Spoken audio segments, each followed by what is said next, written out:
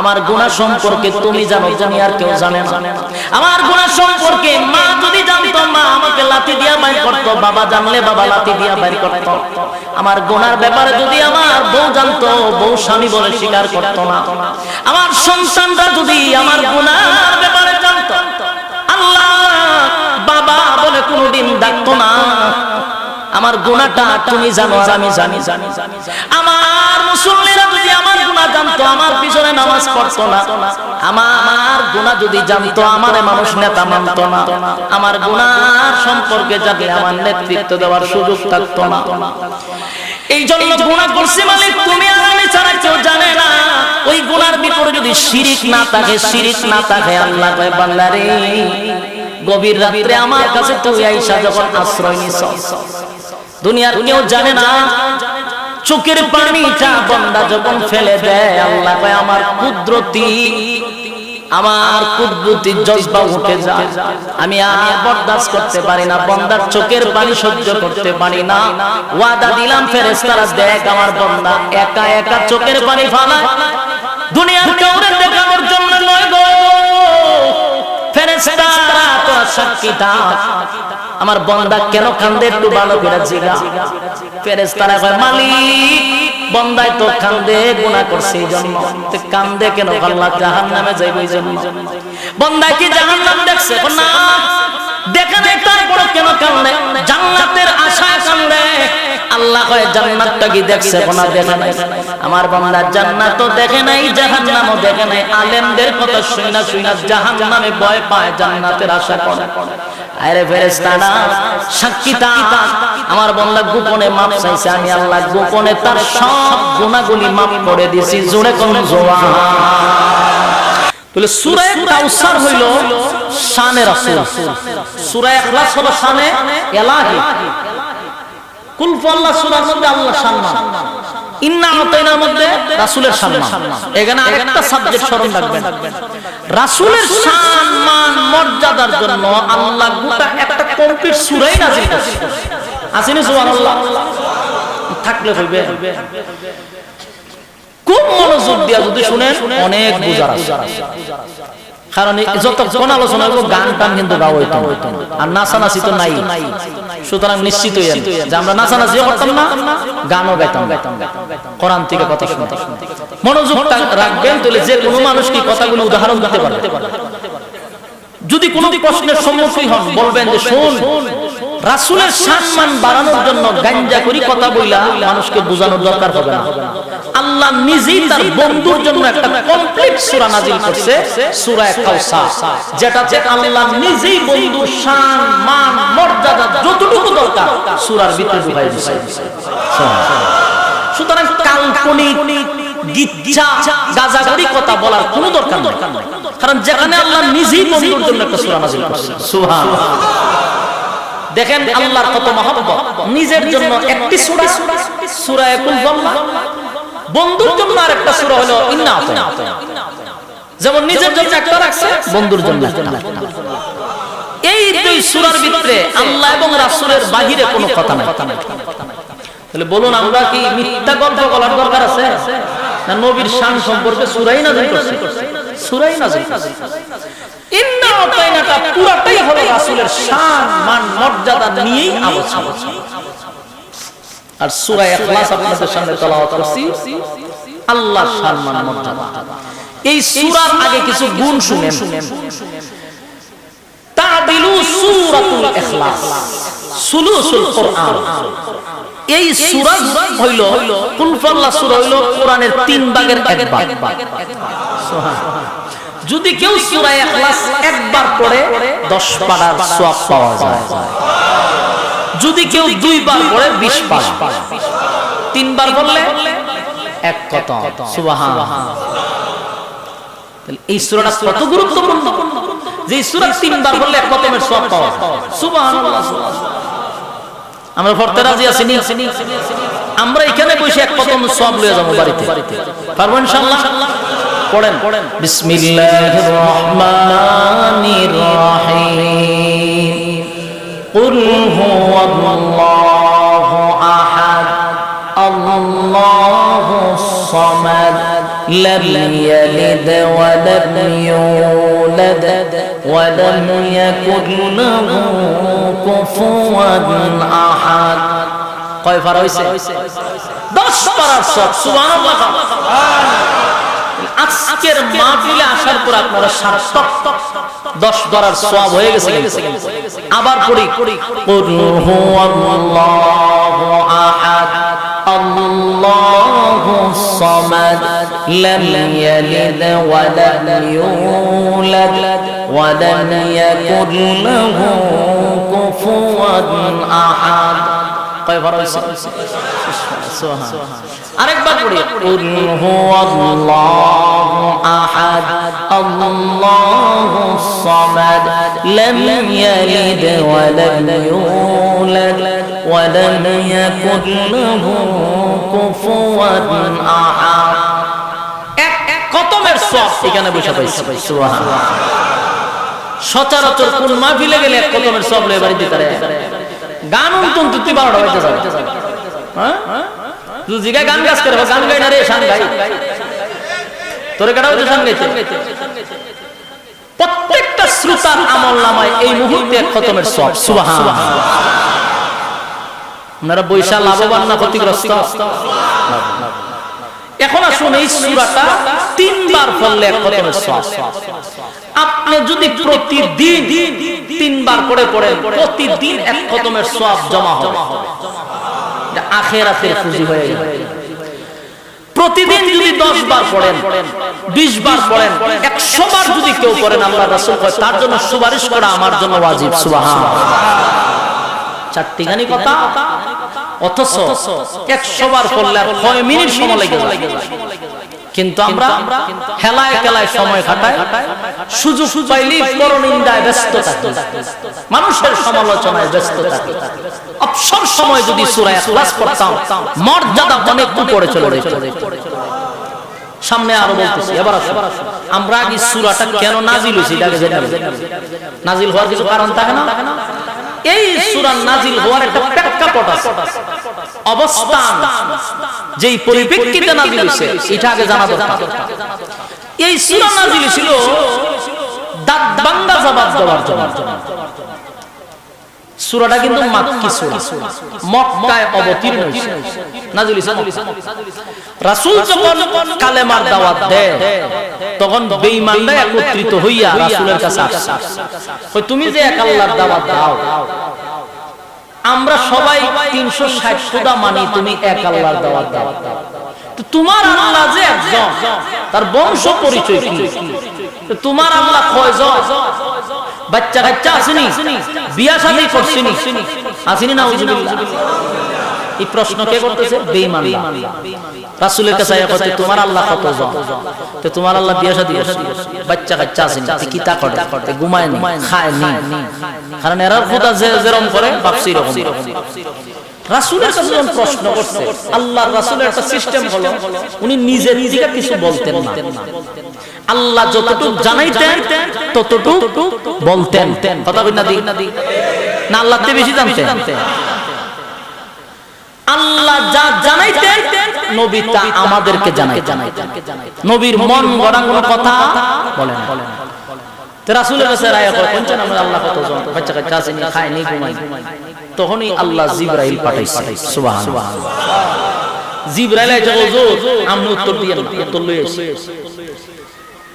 এই তাদের এই জবাবের জন্য আল্লাহ সূরা ইখলাস মানে কুল ফাল্লাটা তখন নাজিল করেন আল্লাহ সূরা নাজিল করে সর্বপ্রথম বলেন কুল হুয়াল্লাহু আহাদ আল্লাহুস সামাদ লাম ইয়ালিদ ওয়া লাম ইউলাদ ওয়া লাম ইয়াকুল লাহু কুফুয়ান আহাদ রব্বি কারীম বলেন বন্ধু তাদের প্রশ্নের কথা তাদের প্রশ্নটা হলো আপনাকে তারা জিজ্ঞাসা করছে আপনার আল্লাহ কতজন আল্লাহ জবাব দেয় কুল হুয়াল্লাহু আহাদ নবী আপনি জানায়া দেন আমি আল্লাহ একক আল্লাহ কতজন আমি আল্লাহ একক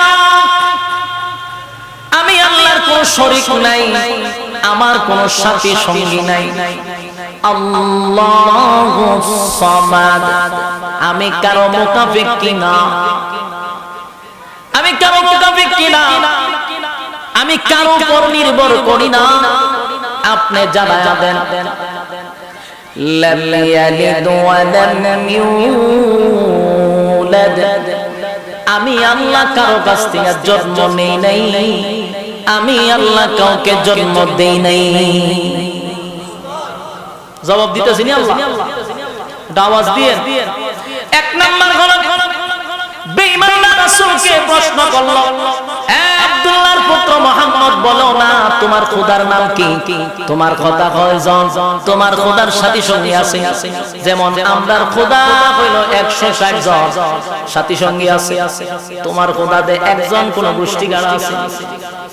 আল্লাহ বলেন নবী আপনি জানাই দেন গো, কুল হুয়াল্লাহু আহাদ, আমি আল্লাহ একক, আমার কোন শরীক নাই, আমার সাথী সঙ্গী নাই, আমি একক অদ্বিতীয়। আল্লাহুস সামাদ, আমি অমুখাপেক্ষী, আমি কারো উপর নির্ভর করি না, আমি কারো উপর ডিপেন্ড করি না। লাম ইয়ালিদ ওয়া লাম ইউলাদ, আমি আল্লাহ কাউকে জন্ম দেই নাই, আমি কারো কাছ থেকে জন্ম নেই নাই। কথা হয় না? আমি কাউকে জন্ম দেই না,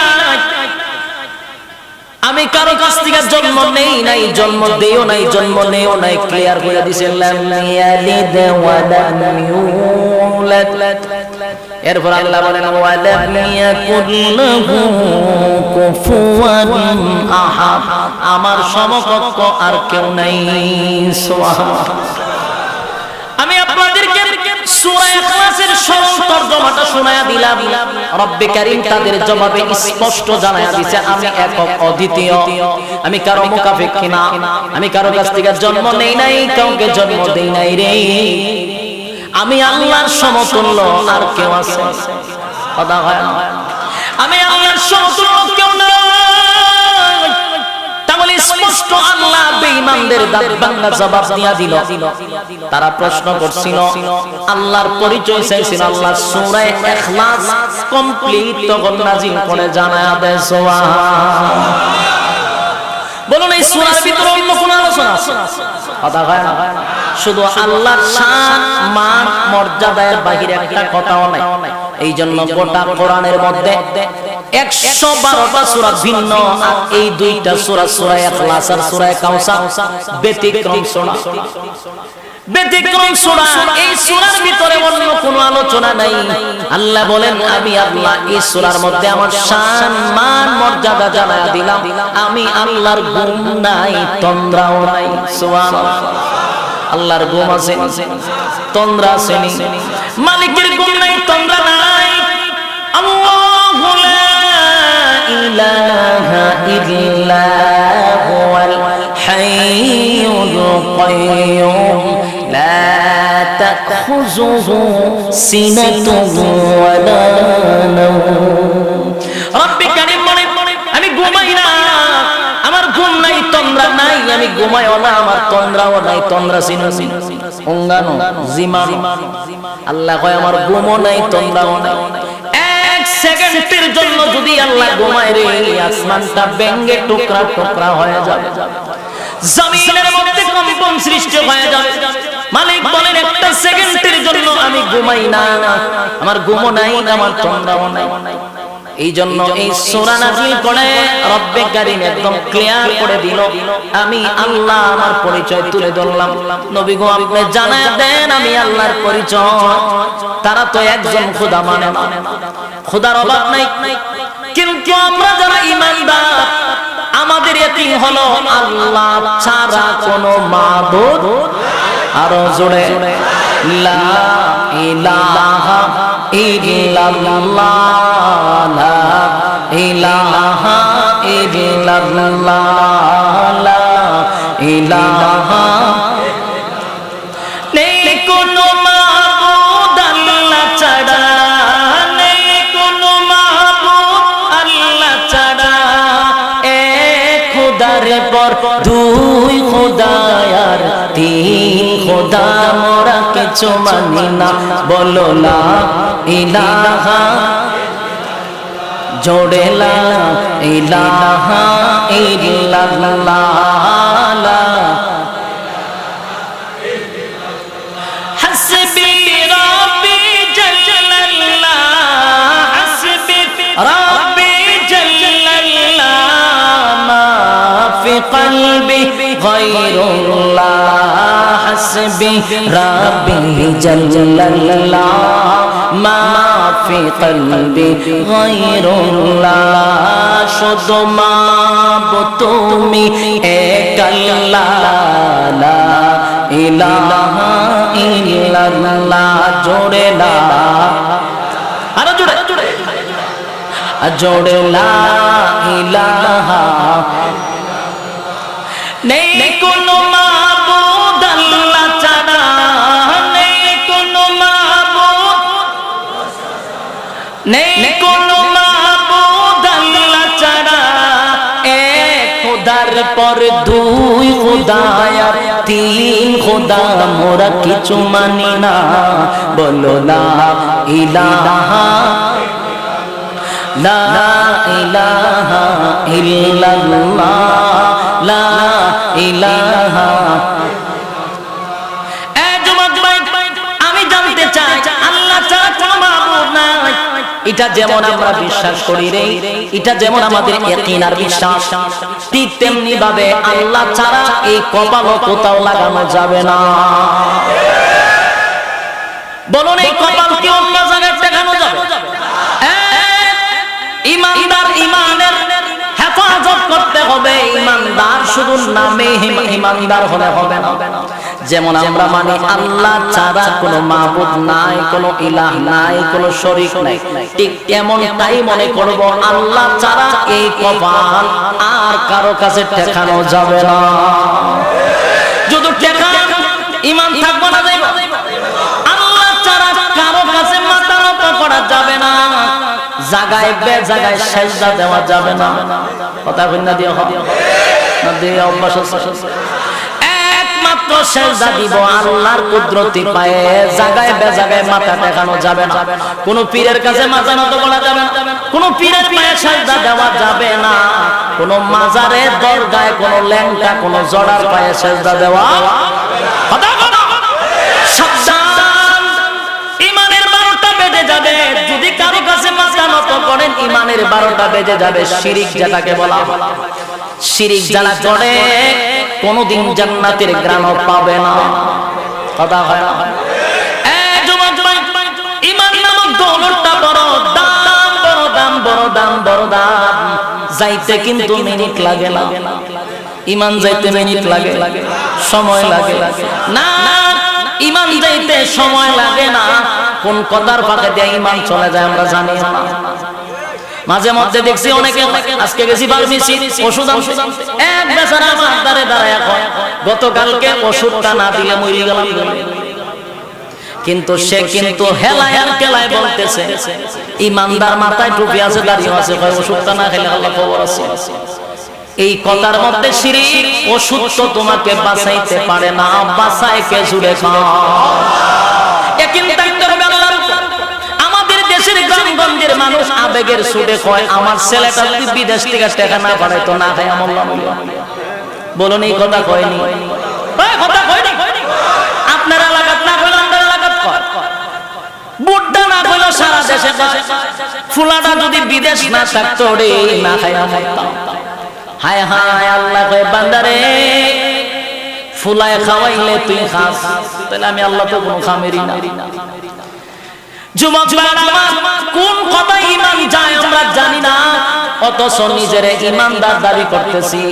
যদি ঈমান নাম্বার মিটার থাকতো দেখা যাইতো প্রত্যেকের ঈমান নামক মিটারের মধ্যে জিরো লেখা আছে, কিন্তু মিটার নাই দিকে সবাই ঈমানদার দাবি করে। যদি থার্মোমিটার থাকতো তাহলে দেখতেন সবাই বেঈমান হইয়া বৈশা বৈশা। কোন কথা ঈমান যায় জানি না। এই যুবক ভাই, একমাত্র যদি মাথা দেখাইতে হয় আল্লাহর কুদরতি পাছাড়া কোথাও মাথা নত করব না। কারণ এই কপালটা কার জন্য? কথা হয় না। আল্লাহ বলে বাংলা শোন, মানুষ আমি বানাইছি, মানুষ এবার শোন, আল্লাহ বলে বাংলা শোন, মাথাটা শুধু আমার জন্য বানাইছি বান্দা, আর দুনিয়ার কোন মানুষের জন্য মাথা বানাই নাই, গায়রুল্লাহর জন্য মাথা বানাই নাই। বানাইছে কার জন্য? আল্লাহ কয় তাহলে শোন, মাথাটা কত দামি, কত দামি বান্দারে, আসমান বানাইছি আমি আল্লাহ, মাত্র বলছি হত হয়ে গেছে। আমি বলছি ইদা আরাদা শাইআন আইয়াকুনা লাহু কুন ফায়াকুন। আমি আল্লাহ বলছি হ বলছি তো হইতে দেরি হয় নাই। সাতটা আসমান বানাইছি, জোরে কোন কয়টা? সাত আসমান আল্লাহ বানাইছে। রব্বে কারীম বলেন সাতটা আসমান বানাইছি, সাতটা জমিন বানাইছি, সূর্য চন্দ্র গ্রহ নক্ষত্র পাহাড় পর্বত সাগর নদী নালা খাল বিল কীট পতঙ্গ সব বানাইছি। এবং সব বানাইছি মাত্র অনলি 6 দিন। কয় দিন?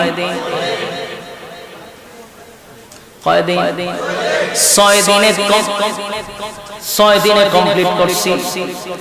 6 দিনে কমপ্লিট করছি মাত্র হুকুম দিয়া। 6 দিনে আমি কমপ্লিট করছি হুকুম দিয়া। আমি আল্লাহর কোথাও হাত লাগাই নাই, বলছি হয়ে গেছে। ফেরেশতা নূরের তৈরি আমি আল্লাহ বানাইছি, তাও হুকুম দিয়া, হাত লাগাইছি না। কিন্তু বান্দারে তোরে বানাইছি আমি গলার থেকে পায়ের তলা পর্যন্ত মিস্ত্রি দিয়া ফেরেশতা দিয়া তোরে বানাইছি। কোথা থেকে কোথায়? গলার থেকে পায়ের নিচ পর্যন্ত ফেরেশতা দিয়া বানাইছি। কিন্তু তোর মাথাটা আমি আল্লাহর কুদরতি হাত দিয়া বানাইছি। একটা জবান বন্ধ রাখবেন না, সুবহান। আল্লাহ বলেন তোর মাথা বানাইছি,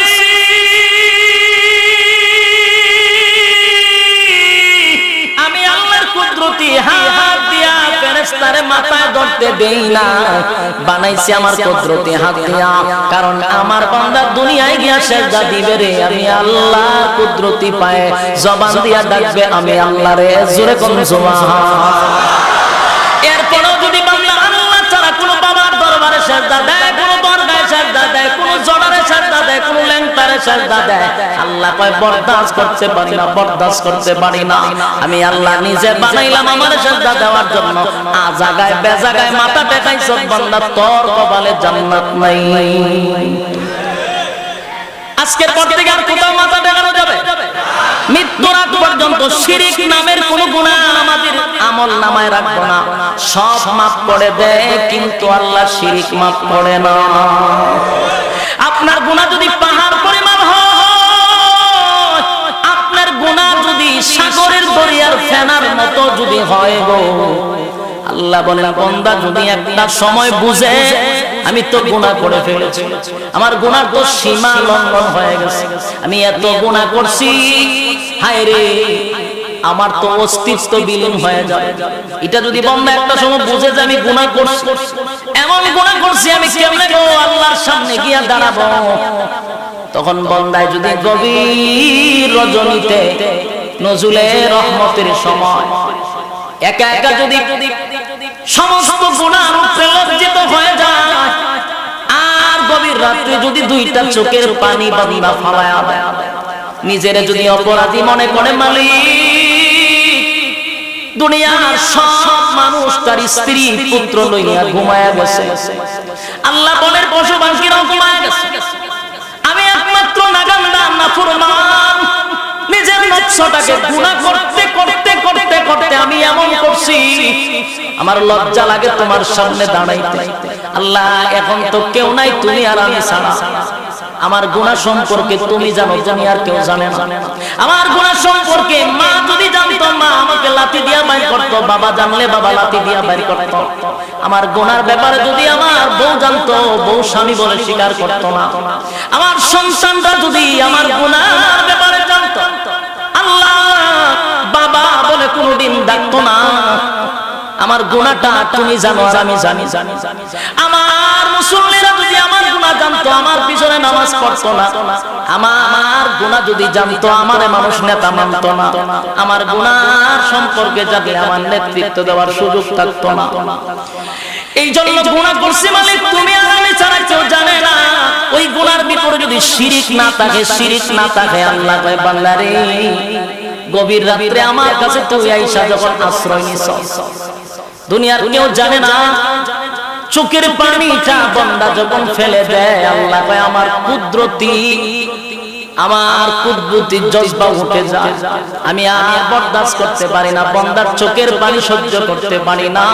ওয়াদা দিলাম ফেরেশতারা দেখ আমার বান্দা একা একা চোখের পানি ফালায়, দুনিয়ার কাউরে দেখানোর জন্য নয় গো, ফেরেশতারা তোরা সাক্ষী থাক আমার বান্দা কেন কান্দে একটু ভালো করে জিগা।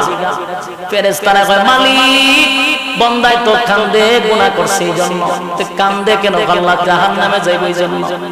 বান্দা কি জাহান্নাম দেখছে? না দেখে নাই, তারপর কেন কান্দে? জান্নাতের আশায় কান্দে। আল্লাহ কয় জান্নাতটা কি দেখছে? না দেখে নাই।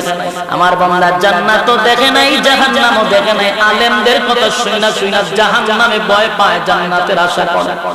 আরে ফেরেশতারা সাক্ষী থাক আমার বান্দা গোপনে মাপ চাইছে, আমি আল্লাহ গোপনে তার সব গুনাহগুলি মাফ করে দিয়েছি। জোরে কোন জোয়া না, যদি গোপনে করেন গোপনে মাফ করে দিবে কে? আল্লাহ। কিন্তু শর্ত হলো শিরিক করা যাবে না। বলুন কি করা যাবে না? শিরিক করা যাবে না। সাবধান সাবধান, শিরিক করবেন না। যত বড় গুনাহ হোক আল্লাহর হক নষ্ট করলে আল্লাহ মাফ করে দেয়, কিন্তু শিরিক নামক গুনাহটা আল্লাহ বরদাস্ত করতে পারে না। এক্সাম্পল দিলে আপনি বুঝতে পারবেন, এক্সাম্পল দিলে বুঝতে পারবেন। পৃথিবীর সব বরদাস্ত করা যায়, একটা জিনিস আমরাও বরদাস্ত করতে পারি না। আপনি সবচেয়ে বেশি মহব্বত করেন আপনার নিজের স্ত্রীরে, ঠিক নেই? খুব ভালোবাসেন, বউ যখন যেটা চায় আমরা তখন সেটা দেই, গয়না চাইলে গয়না দিই, শাড়ি চাইলে শাড়ি দিই, যখন যেটা চাই রে সব দিতে রাজি। যদি বউ কয় আজকে রাতটা শুধু আপনার বন্ধুর সঙ্গে একটু সময় দেওয়ার সুযোগ করে দেন, রাজি। জুতা দিয়া কপাল বানাইব নি, কথা হয় না, তখন আপনার মেজাজ কি ভালো থাকবে? ওই কথা দিবেন।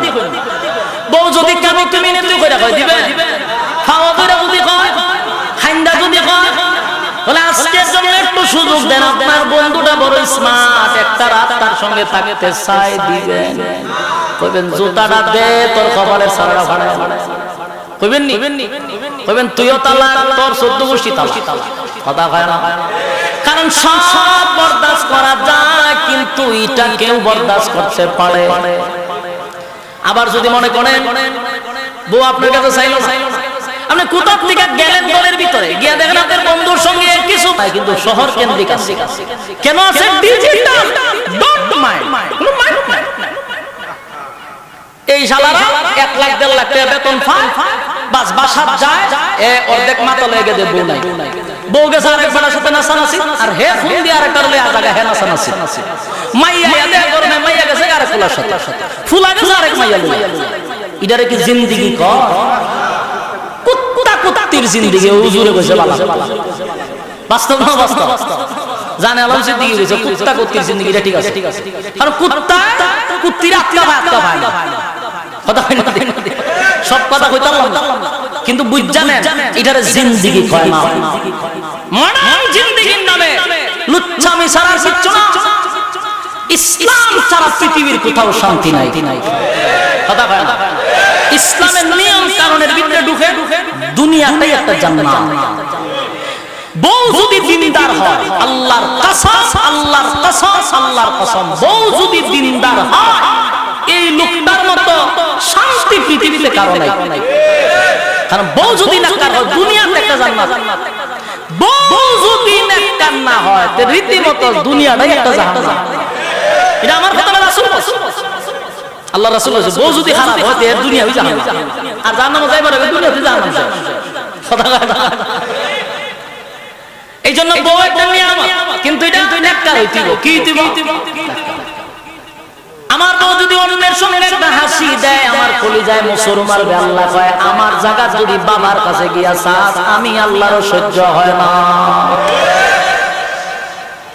দোয়া করতে যায় মাজার জিয়ারত করা সুন্নাত। বলুন মাজার জিয়ারত করে কি? এই আশিক রাসূল ভালো করে শুনেন, খালি তো বদনাম করেন আশরাফির ব্যাপার। মাজার জিয়ারতের বিরুদ্ধে আমরা না, মাজার জিয়ারত করা সুন্নাত, কথা কোন ঠিক নেই। যেটা আমরা মাজার বিরোধিতা করি, আগে দুই একটা মারবেন এরপরে বলবেন কেন না জান কিতা কয় হুন মাজার জিয়ারত করা সুন্নাত। আমরা সিলেট যাই, শাহজালাল মাজার জিয়ারত করে আসি, প্রোগ্রামে গেলে বিভিন্ন উল্লেখযোগ্য আল্লাহর ওলিদের মাজার আমরা জিয়ারত করি, জিয়ারত করা তো সুন্নাত।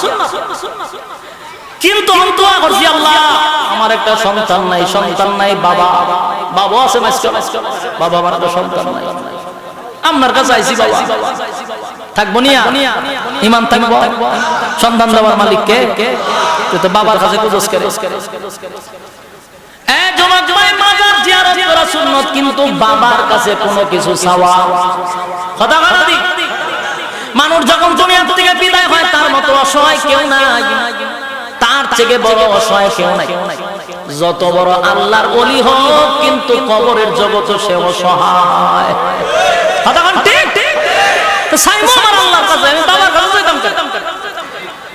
এই জন্যই তো আমরা বিরোধিতা করি, মাজারের বিরোধিতা করি না। মাজারে গিয়ে তোমরা গাঞ্জা খাইবা, ঢোল বাজনা বাজাইবা, আল্লাহর ওলিরা এই কথা বলে যায় নাই যে আমাদের মাজারটা তোমরা নাপাক করো, হয়ে গেছে। এই যে কেল্লাকার মাজার আল্লাহর ওলি, ঠিক আছে, সন্দেহ নাই। শাহজালালের মাজার আল্লাহর ওলি, এর মধ্যে কোনো সন্দেহ নাই, কোনো সন্দেহ নাই। কিন্তু মাজারে গিয়া দেখেন কোন কীর্তন গাওয়া হয়, উরুস গিয়া দেখেন, আমার কথা বাস্তব না বাস্তব, বেডা বেডি জডা জডি সব একসাথে, বাস্তব না বাস্তব। তোরা দেখি আল্লাহর ওলি হয়েছি খাম করতে, তা আমরা কি আল্লাহর ওলির বিরুদ্ধে? শাহজালাল যদি বাংলাদেশে আসতো, ইসলাম প্রচার আর কে করতো বলে? এই দেশে ইসলাম প্রচার হইছে আল্লাহর ওলিদের মাধ্যমে। অস্বীকার করার কিছু নাই। এদেশে নবী রাসূল আসে নাই, এদেশে ইসলাম প্রচার করছে আল্লাহর ওলিরা কইয়া গেছে না তোরে চাইলে ডাইলে খিচুড়ি বানায় খাইতে, জডা জডি কে কেন গসাগুসি করতে কইছিনি?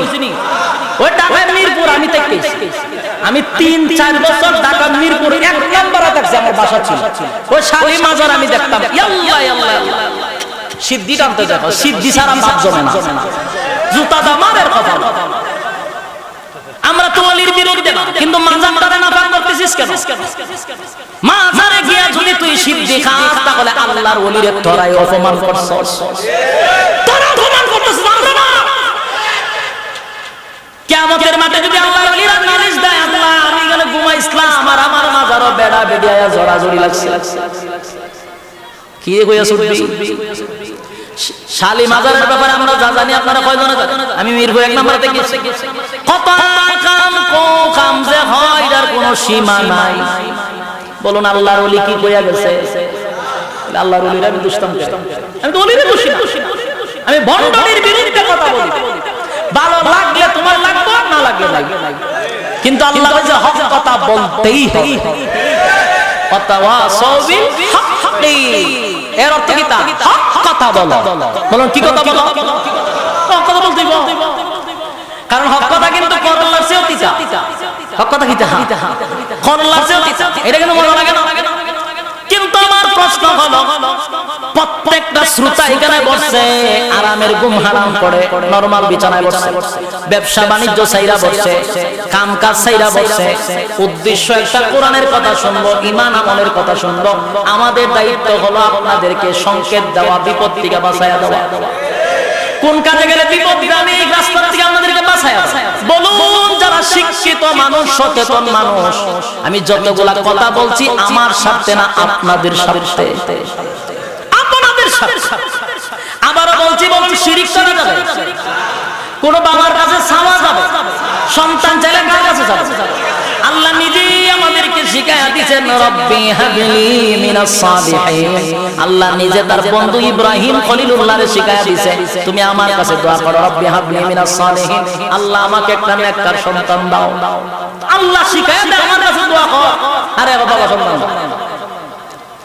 সাবধান বুড্ডার ভাইয়েরা, যদিও এখানে অনেক মসলকের লোক আছেন, বালিশের সঙ্গে মাদা লাগাই আমার কথাগুলি আবার অ্যানালাইজ করবেন। হুজুর কি একটাও নিজের স্বার্থে বলছে না, আমাদের স্বার্থে বলছে? সবগুলি কথা আপনাদের সাথে বলছি, শিরিক করবেন না। আল্লাহ কয় শিরিক যদি না করস করেন জান্নাতে ঢুকাবই। সুবহানাল্লাহ। গুনাহ করছ অসুবিধা নাই, জাহান্নামে দিয়া হইল পরে আবার তোরে জান্নাতে ঢুকাবো। যদি ঈমান থাকে জান্নাতে একবার হইলো ঢুকবেন, কিন্তু বাবা যদি শিরিক কইরা বসেন জান্নাতের গ্রামও পাবেন না। আপনাদেরকে বাঁচানোর জন্যই কথাগুলি বলি। আমরা কোন ওলির বিরুদ্ধে না, মাজারের বিরুদ্ধেও না, মাজারের ভিতরে যেগুলা আকাম কুকাম হয় এগুলার বিরুদ্ধে। কথা কোন ঠিক ঠিক? আমার যুবক ভাই, রব্বি কারীম বলেন, আল্লাহ আল্লাহ বলেন কুল হুয়াল্লাহু আহাদ। নবী আপনি বলেন আমি একক দ্বিতীয়, আমার কোনো অংশীদার নাই। না আছে? আল্লাহুস সামাদ, আল্লাহ বলেন আমি কারো মুকাফিকি না। লাম ইয়ালিদ ওয়া লাম ইউলাদ, আমি আল্লাহ কারো কাছ থেকে জন্ম নেই নাই, কাউকে জন্ম দেই নাই। এরপর আল্লাহ বলেন ওয়া লাম ইয়াকুল লাহু কুফুওয়ান আহাদ, আল্লাহ বলে বান্দারে আমার সমতুল্য কেউ নাই। আল্লাহ সমতুল্য যদি কেউ নাই চাইবো। আরেকটা কথা বলি, মানুষের কাছে চাইলে মানুষের কাছে বারবার যদি চান মানুষ বড় বেজার হয়। কথা বলেন না? আপনি যদি বাপের কাছে বারবার চান বাপও বেজার হয়। পৃথিবীর সিস্টেমে হলো বেশি চাইবেন তো মানুষ বেজার হয়, খুশি হয় না। আর আল্লাহর সিস্টেম হলো যত চাইবেন মালিক তত খুশি হয়।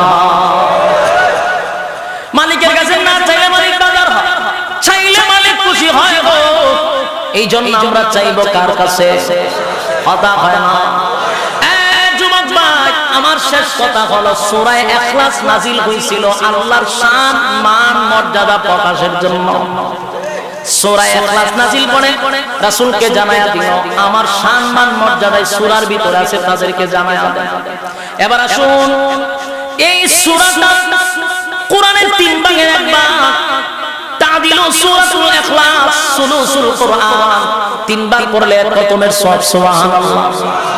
আর যদি কেউ বেশি বেশি বেশি বেশি পড়ে আল্লাহর কাছে তার সম্মান আর মর্যাদা আরো বেড়ে যায়। সুবহানাল্লাহ।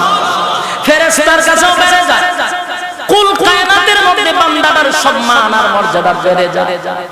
একবার জিবরাইল নবীর কাছে আসছে, নবীর সঙ্গে কথা বলতেছিল। হঠাৎ করে এক সাহাবী নবীর সামনে দাঁড়ান। জিবরাইল কথা বলেন, আল্লাহর নবী বলেন জিবরাইল তুমি না কি বলতে চাইছিলা? তো হুজুর এখন বলবো না, আপনার সাহাবী আগে চলে যান, আবু যর আগে চলে যান।